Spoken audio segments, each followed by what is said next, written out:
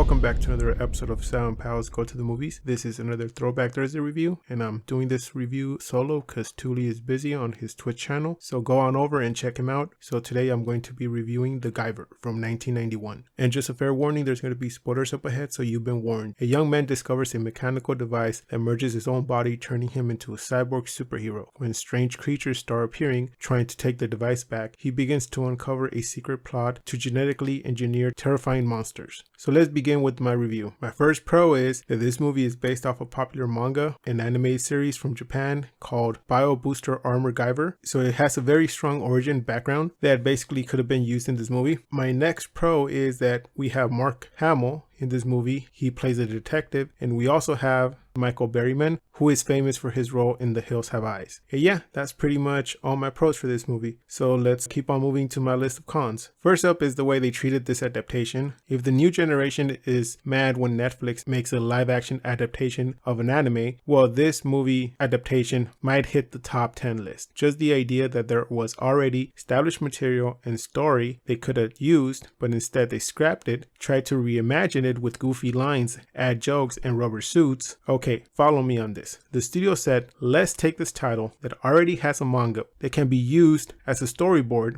and the anime series, which brings more ideas to the table, where they just go, nah, we'll just throw it all in the trash and get Mark Hamill and add someone who makes jokes and raps, and also let's add Michael Berryman to play one of the monsters, and we can call it a day. Forget about the story or character development, just add everybody in rubber suits and call them genetically engineered aliens. Oh, also don't forget to add a lab so they can look like they're doing science, and remember, add a scientist with a Japanese last name so we can somehow pay tribute to the source material from Japan. And no one will question the movie. As long as the hero wins at the end, we don't need to explain further or elaborate any more on what happened to the characters after the ending. I'm pretty sure that the pitch meeting went something like that. So moving on to my next con, the way they just wanted to add Mark Hamill and Michael Berryman to boost the star power in this movie. I feel so bad for them because every time I revisit this movie, I can see them slowly dying inside as an actor every time they have to deliver those lines that are really bad scripted lines. What I'm getting at is that they could have developed these two characters a bit more before introducing Sean, the kid who finds the Guyver device. So if I would have done anything, I would have had Max Reed, played by Mark Hamill, and his partner, who's not in the story or anywhere, start in Japan investigating the Kronos Corporation, which is where the Sword Lord and Souloids monsters are based from. Then have the two detectives meet Dr. Sagawa as he plans to flee to the US with the help of Mark's partner by sending Max ahead to the US to make sure that everything is fine on that end and safely receive Dr. Sagawa when he arrives. And also maybe check on Dr. Sagawa's daughter. But in the meantime, back at Kronos Corp, the Soul Lord tells his minion, Linsker, played by Michael Berryman,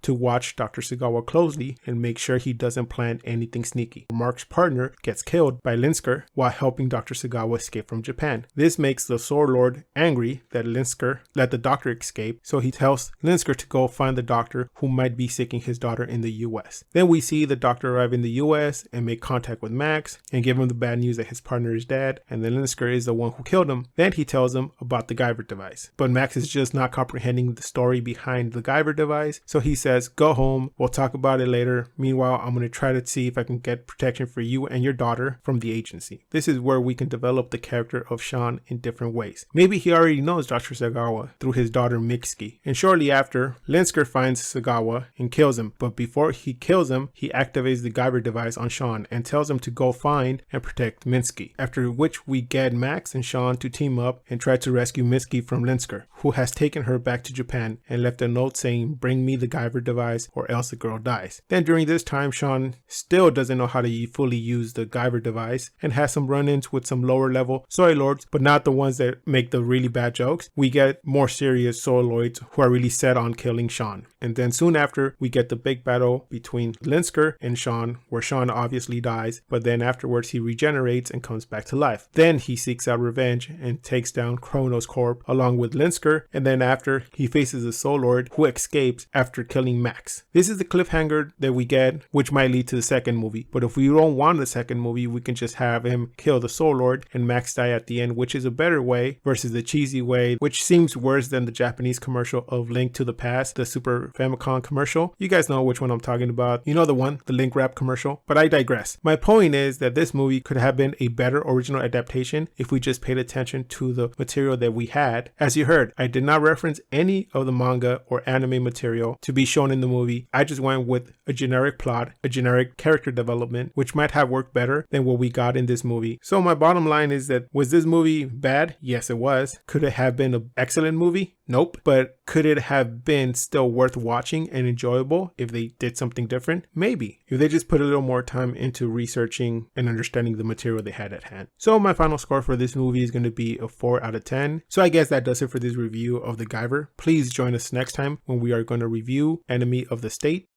He's taking the tape now to Bloom's offices, over. Put a tap on Bloom and give us a dedicated satellite for this operation. It's already done. Please like, comment, and subscribe. You can find our social media links below. And like always, keep watching movies.